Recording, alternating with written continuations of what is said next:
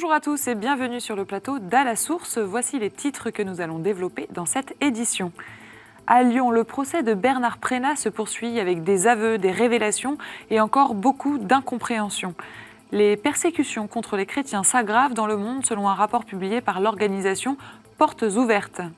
Et puis, après 6 années de conflit, le gouvernement sud-soudanais signe un accord de cessez-le-feu historique. Enfin, dans notre dossier, nous parlerons du projet de loi bioéthique. Depuis José Bové jusqu'à Monseigneur Aupetit, les inquiétudes sur le contenu du texte de loi sont de plus en plus vives. Avec nous pour en parler, Guillaume Goubert du journal La Croix et Alain Baron de Radio Notre-Dame. On les retrouve juste après le journal. Et nous ouvrons ce journal avec le procès de Bernard Prénat qui se poursuit depuis mardi à Lyon. On le rappelle, l'ancien prêtre est accusé d'agression sexuelle sur des enfants sur qui il avait autorité dans les années 70-90. Après 2 jours consacrés à l'audition des victimes, le tribunal a examiné la personnalité de l'accusé. S'il reconnaît globalement les faits, Bernard Prénat soutient aussi ne pas avoir eu conscience à l'époque de la gravité de ses actes.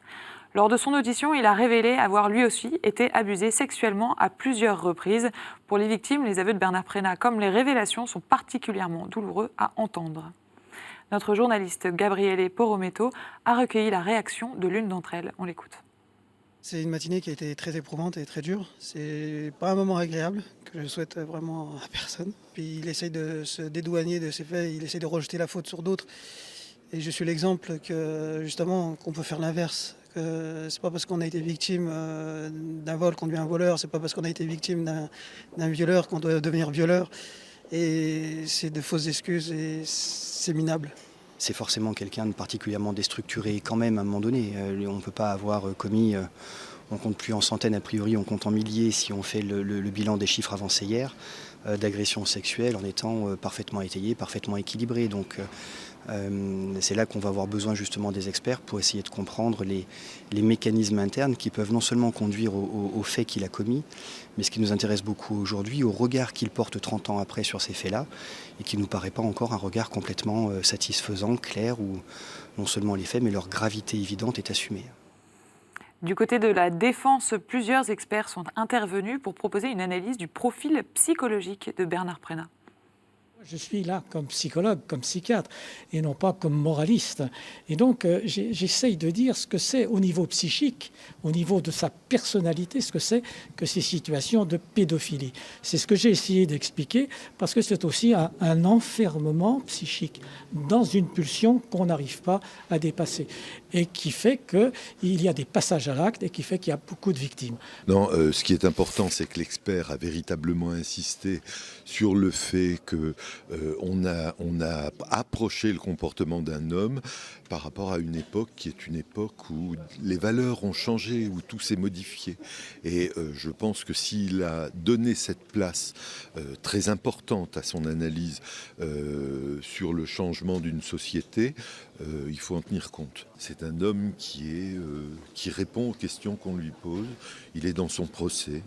Et je crois qu'il n'a pas une attitude pour essayer d'échapper à des questions qui pourraient le gêner. Il apporte des réponses. J'allais dire, il ne veut pas que l'on passe à côté des choses. En France, la mobilisation des opposants au projet de loi bioéthique se prépare. Les associations du collectif Marchons Enfants appellent à manifester dans les rues de Paris dimanche prochain. Nous avons rencontré Bertrand Lionel-Marie, membre des associations familiales catholiques, et il nous fait part des raisons pour lesquelles il appelle à la mobilisation.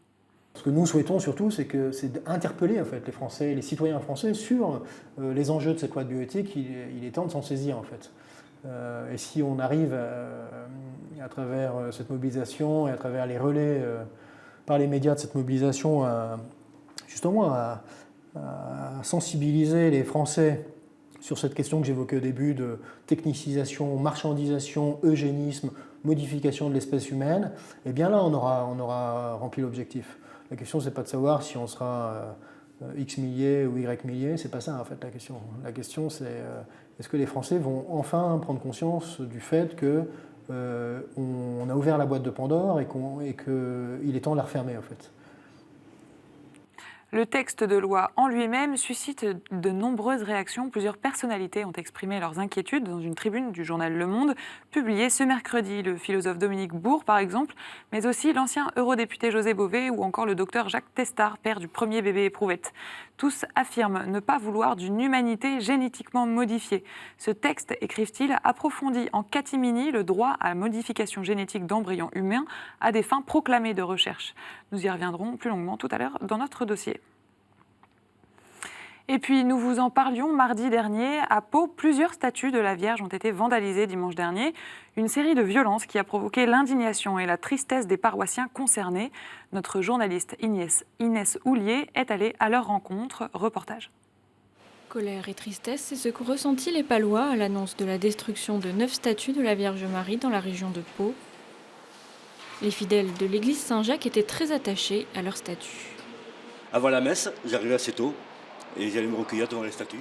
Même si on sait que c'est qu'une statue, parfois on a le sentiment qu'on est en communion ou que Marie nous entend. Si l'incompréhension domine, la violence de l'acharnement a suscité chez beaucoup un surcroît de piété. Avec mon épouse, on a décidé de réciter un chapelet plusieurs fois dans la semaine. Dans mes prières le soir, à des moments, je dis déjà que les statues pourraient être reconstruites, ou alors que celui qui l'a fait, il se dise que c'était pas bien. Une messe dite de réparation a été célébrée à Pau mardi soir, l'occasion d'appeler au combat spirituel et à l'espérance. Ce que l'Église veut apporter, c'est quand même l'espérance. Le mal a été vaincu. Bien souvent, les statues de la Vierge Marie la représentent en train d'écraser le serpent. En témoignage de leur espérance et leur prière, les Palois sont invités à allumer des bougies au rebord de leurs fenêtres. Sur France Inter, vendredi dernier, la chronique de Frédéric Fromet, chansonnier, a suscité un tollé. Il avait outrancièrement choisi de présenter Jésus-Christ comme, je cite, PD. Une association LGBT a porté plainte en début de semaine pour insultes homophobes. Hier, l'auteur a présenté ses excuses pour cette chronique ratée, a dit-il. Des excuses qui semblent pouvoir s'adresser aussi aux chrétiens, même s'ils ne sont pas nommés. Dans l'actualité également, un triste bilan. En 2019, 260 millions de chrétiens sont persécutés à travers le monde en raison de leur foi. C'est le constat de l'association protestante Porte Ouverte, qui a publié ce mercredi 15 janvier l'édition 2020 de son index mondial sur la persécution des chrétiens. Claire Lacroix, responsable de l'information Porte Ouverte en France, revient sur les principaux enseignements de cette enquête. La première tendance, c'est une augmentation de la persécution des chrétiens. Depuis 7 ans, on assiste à cette hausse du taux de persécution et encore cette année, il y a une augmentation de 1,19%. On voit que c'est comme une pente glissante interminable.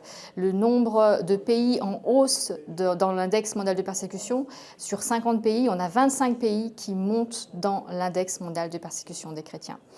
La deuxième tendance, c'est que l'Afrique subsaharienne, l'Afrique de l'Ouest devient le foyer brûlant du terrorisme islamique. Et puis ce qu'on voit également, c'est une volonté dans les pays où les chrétiens sont fortement persécutés de bannir le christianisme. On voit que le nombre d'églises ciblées dans ces pays a été multiplié par 5, c'est énorme. Le nombre de chrétiens arrêtés également a augmenté. Autre enseignement, la Corée du Nord est en tête du classement des pays où les chrétiens sont les plus persécutés. À l'occasion de la présentation du rapport, le Nord-Coréen Timothy Cho a pu témoigner de cette réalité. North Korea is total darkness, and living in the darkness during the day, night. You couldn't feel that you're living with the light. If you are political criminals, then they say you are betrayal to the state.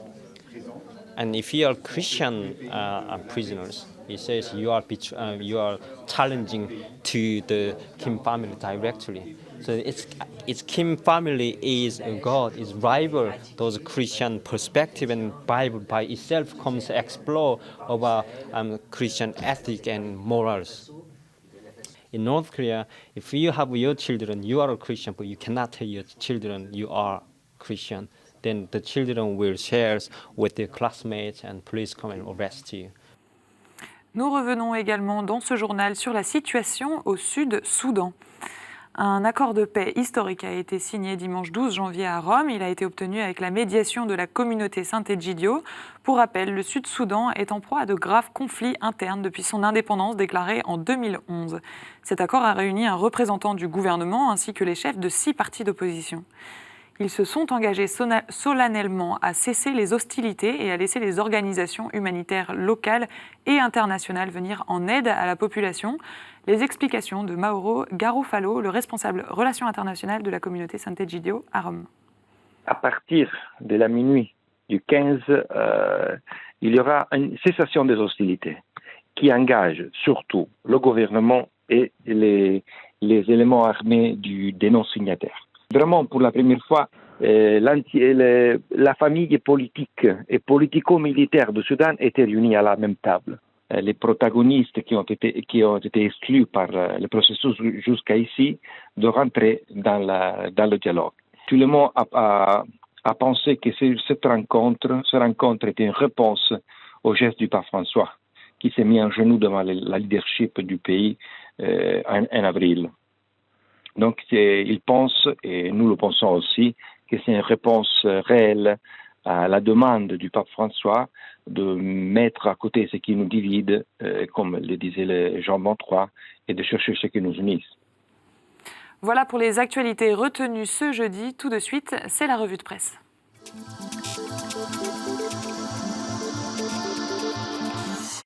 Et on commence avec l'hebdo de la Croix. Guillaume Goubert, vous nous parlez cette semaine des prochaines élections américaines. Oui, effectivement, la grande saison des élections américaines commence avec ce qu'on appelle des caucus dans l'État de l'Iowa. Et un de nos journalistes, Gilles Biassette, est allé dans cet État rural du Midwest pour rencontrer une famille d'éleveurs qui auraient tout pour être électeurs de Trump, mais qui en l'occurrence sont démocrates. Donc il y a une espèce de décalage étonnant. Et voilà, c'est une manière pour nous de lancer une année électorale qui va durer jusqu'au mois de novembre.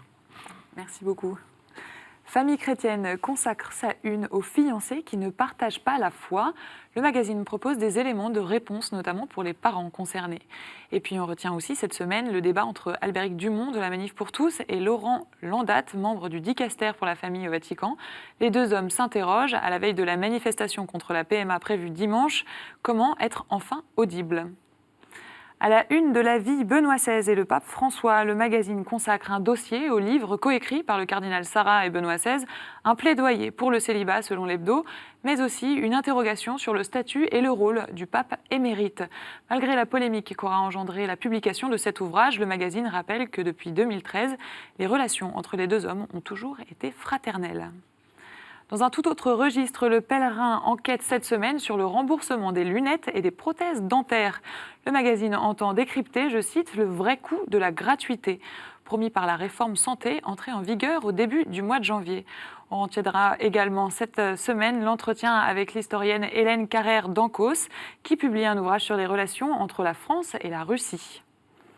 France catholique nous interpelle cette semaine avec un débat sur la différence entre l'homme et l'animal. Le magazine met en garde contre la radicalité de certains courants antispécistes ou véganes. Et puis dans son édito, Aymeric Pourbet affirme qu'il existe d'étranges similitudes entre le débat sur les retraites et celui des lois de bioéthique, notamment dans l'absence de prise en compte de la succession des générations. Enfin, à la une de Réforme, les persécutions des chrétiens, elles s'aggravent, déplore le magazine qui reprend les chiffres publiés par l'association Portes Ouvertes. Selon les mots du pasteur Samuel Amédro, dénoncer cette réalité vise à respecter l'humanité, c'est-à-dire préserver cette possibilité de penser par soi-même en toute liberté de conscience. Voilà pour la revue de presse. On passe maintenant au dossier.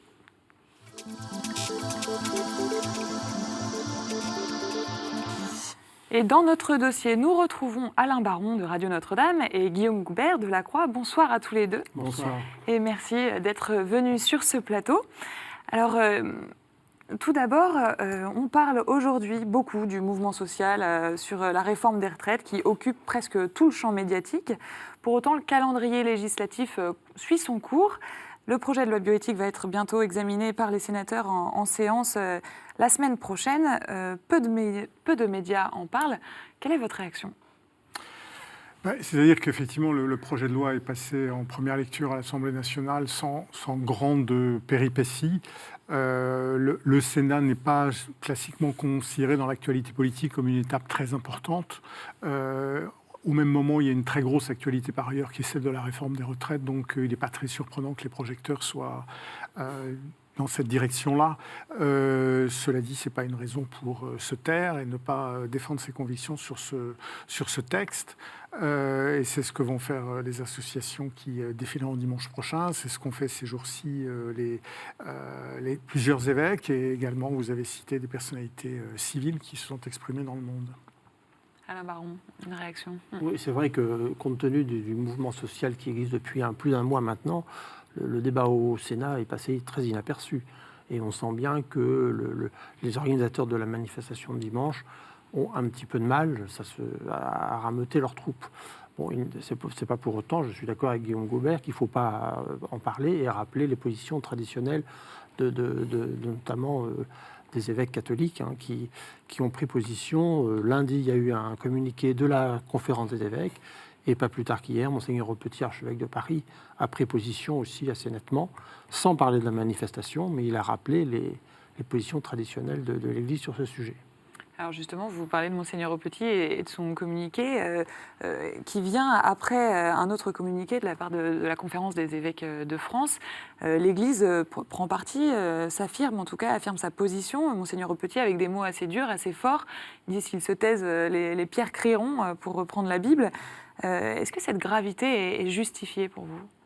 La gravité est justifiée dans la mesure où, effectivement, insensiblement, et c'est intéressant que ce soit des personnalités comme une personnalité, par exemple, comme José Bové qui le disent, mais insensiblement, l'évolution des lois de bioéthique fait qu'on va vers une certaine déshumanisation de la procréation devient une fabrication, pour reprendre une expression du jésuite Bruno Sainteau, et c'est préoccupant. Et effectivement, ceux qui sont inquiets de cette évolution doivent alerter, doivent se faire entendre pour appeler leurs concitoyens à réfléchir sur le sujet, pour qu'ils se rendent compte de ce qui est en train de se faire, un peu sans qu'on s'en rende compte, parce que c'est des petites évolutions qui se font à petits pas, souvent à bas bruit, parce qu'on parle beaucoup de la PMA, mais dans ce projet de loi, il y a d'autres choses qui sont préoccupantes sur les diagnostics préimplantatoires, des choses comme ça, des formes d'eugénisme, ce dont parle Monseigneur Aupetit dans son texte, des formes d'eugénisme qui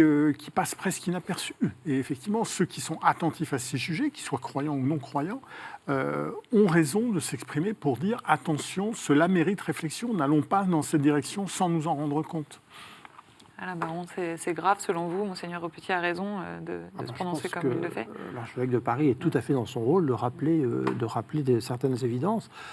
Effectivement, c'est un sujet d'inquiétude pour les catholiques. Il y a effectivement, depuis 10 ou 20 ans, un glissement. On est passé, d'abord, il y a eu le combat sur le Pacs, après on est passé au mariage pour tous. Maintenant, il y a la PMA élargie. Bon, certains craignent beaucoup que derrière la PMA élargie, on arrive à terme à la GPA, même si le gouvernement affirme aujourd'hui que ce n'est pas son but premier. Donc là, effectivement, on a l'impression qu'il y a un glissement, un glissement perpétuel, et qu'on ne peut rien faire contre cela. Et donc je pense que l'ensemble des évêques de France et Monseigneur Aupetit, qui lui est intervenu hier, sont tout à fait dans leur rôle pour rappeler ces inquiétudes. Alors, on en a parlé aussi tout à l'heure. Il va y avoir cette manifestation qui est prévue, en tout cas dimanche, par le collectif qui est opposé au projet de loi. Dans ces manifestations-là, depuis plusieurs années, on retrouve les mêmes personnes qui sont généralement caricaturées comme des personnes n'ayant pas forcément droit au chapitre. Peut-être une question, comment allez-vous traiter cette actualité dimanche ? Nous, on va la traiter comme le fait un quotidien et comme j'imagine le fait une radio, c'est-à-dire qu'on va aller sur place, on va raconter ce qui se passe, on va enregistrer des témoignages, on va faire parler les personnalités qui seront présentes, on lui donnera de la place. Bien sûr, ce sera en partie conditionné au nombre de personnes présentes, mais voilà, nous, à la Croix, on considère que c'est un sujet important. On a un journaliste qui actuellement suit les débats au Sénat. Il y a en permanence un journaliste de la Croix qui suit les débats au Sénat et qui en rencontre sur notre site internet, donc c'est possible de suivre le débat. Voilà, pour notre part, on n'a pas détourné le regard de ce sujet, même si, de fait, on a consacré beaucoup d'énergie et beaucoup de place au débat sur les retraites au cours des dernières semaines, mais il nous paraît important de... Et par exemple, demain vendredi, nous publions dans la Croix un dossier. Lou Belmont de Selleville, notre spécialiste de ces questions, a enquêté pour essayer d'évaluer le nombre de PMA, l'augmentation du nombre de PMA que va provoquer la loi. Et il apparaît clairement de son enquête que les hypothèses du gouvernement dans les justifications du projet de loi sont très inférieures à ce que ça va être. Or, s'il y a des embouteillages dans les centres de procréation médicalement assistée, comment va-t-on faire s'il y a une pénurie de gamètes, de ressources génétiques pour faire face à la demande? Est-ce qu'on va être amené à acheter du sperme, acheter des ovocytes dans d'autres pays, contrairement à la doctrine française qui est celle de la gratuité en la matière? Donc voilà, c'est des sujets comme cela sur lesquels il faut attirer l'attention pour dire ça vous paraît très simple peut-être, ça vous paraît très sympathique, mais en fait c'est pas si simple et pas si sympathique et ça peut déclencher des choses que vous n'aurez pas souhaitées. Et alors attirer l'attention en descendant dans la rue, c'est une bonne solution ? Écoutez, c'est un moyen comme un autre de se faire entendre. Alors évidemment, il n'y aura pas peut-être les centaines de milliers de manifestants qu'on a vus depuis un mois à l'appel des syndicats, mais c'est pas que le nombre qui est important.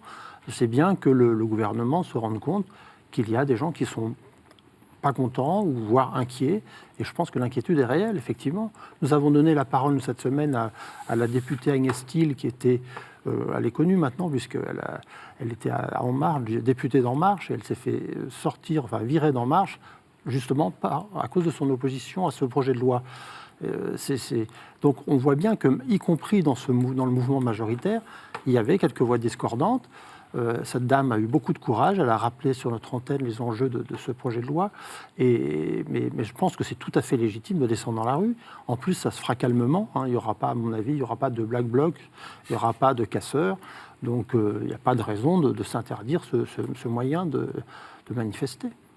Alors, on espère que la manifestation se passera bien, effectivement. A priori, ça se passe bien. Pour revenir un peu sur la question de la caricature, je pense que certaines personnes peuvent se décourager à justement s'exprimer. Or, on a vu justement avec la prise de parole dans cette tribune du Monde de José Bové et d'autres personnalités qu'effectivement, il y a quand même d'autres voix qui s'élèvent et qui ont droit au chapitre.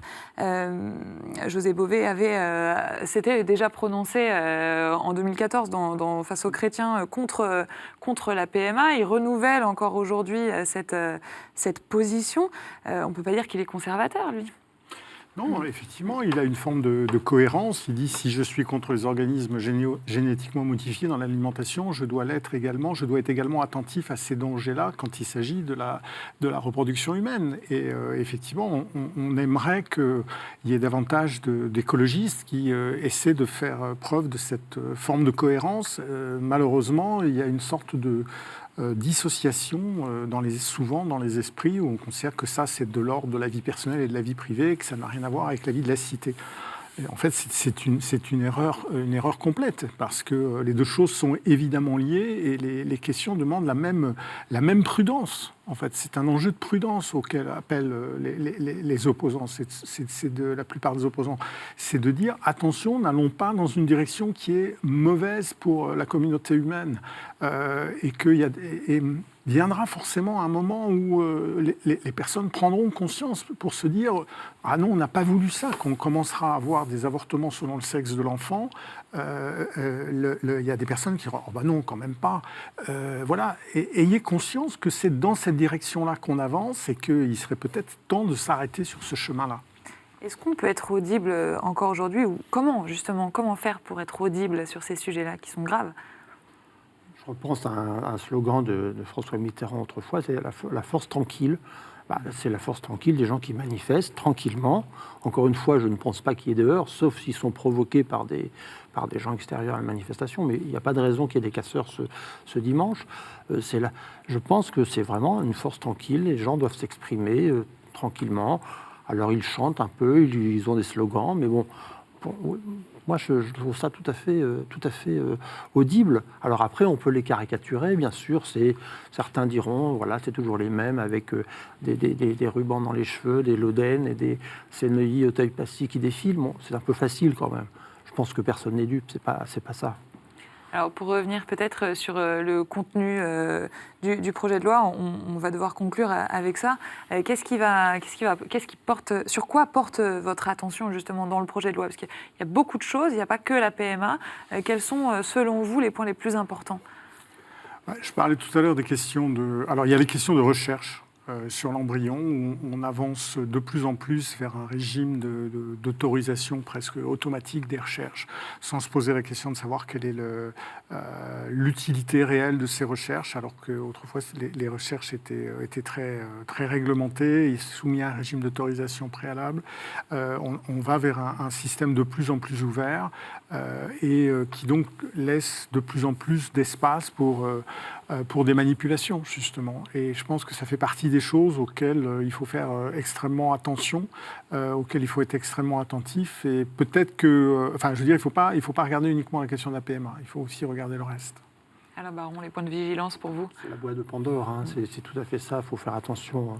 Si on ouvre trop ce genre de pratique, c'est très dangereux quand même. On sait où ça peut mener, c'est quand même très inquiétant. Très bien. Merci beaucoup à tous les deux d'être venus sur ce plateau. Et merci à tous de nous avoir suivis. C'est la fin de cette émission. Vous pouvez nous retrouver sur notre site internet www.ktotv.com. N'hésitez pas non plus à réagir sur les réseaux sociaux avec le hashtag à la source. On se retrouve mardi prochain. Excellente soirée sur KTO.